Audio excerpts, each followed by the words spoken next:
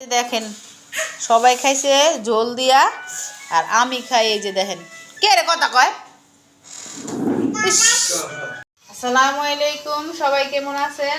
আমি কিন্তু খুবই ভালো, কারণ আজকে সকাল থেকে আজকে ব্লগ শুরু করছি। এই যে দেখেন প্রথমে বসিয়ে দিলাম কি চা, আর আজকে আমার মেয়ে আমাকে একটু কি জানি বলে এটার আটার না পিঠার ডো বানিয়ে দিল। এই যে দেখেন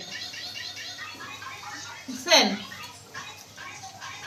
আজকে চাপটি বানাবো মুরগির মাংস ঝোল দিয়ে। এটা বলতে পারেন যে ছিট পিঠা। রাত্রে রোজ একটু রাইন্দা দিমনে খাবি।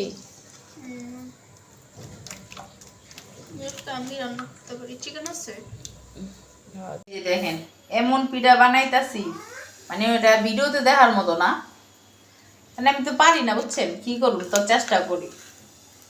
চাপটি বানাইতেছি, এটা চাপটি হয়েছে না আমার মাথার হয়েছে। দেখেন বানাইতেছি, তারপরও চেষ্টা করি একটু নিজে খাওয়ার মতো, আর দেখি আমার স্বামীর একটু খাওয়াইতে পারি কিনা। সিট পিঠা বানাইয়া চেষ্টা করতেছি, তাকে একটু চাপটি বানাইয়া আনে চা দিয়া খাম। আর এই যে আমার মেজো খোকা বেশি দুষ্টুমি করে, আবার হাসে। যা পারছি তাই বানাইতেছি। এই যে দেখেন একে, মানে আমি চেষ্টা করি কিন্তু পারি না।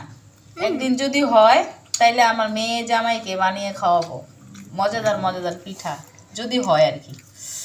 এটা হচ্ছে রাত্রে যে মুরগির মাংস রাঁধছিলাম, মাংসের ঝোল এর দিলাম বাচ্চাদের খেতে। ভালো লাগছে অবশ্যই বলবেন ভিডিওটা। আর আপনারা আমাকে কমেন্ট কেন দেন না? হঠাৎ করে আমার কমেন্ট বক্স বন্ধ হয়ে গেছে কেন?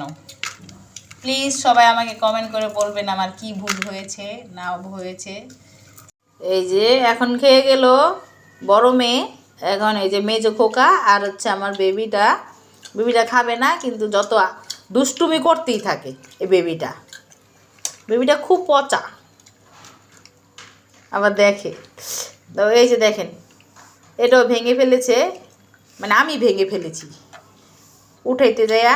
তখন এই যে খাইতেছে জল দিয়ে, এমনি কিন্তু মজা আছে খেতে। কি কর সামির?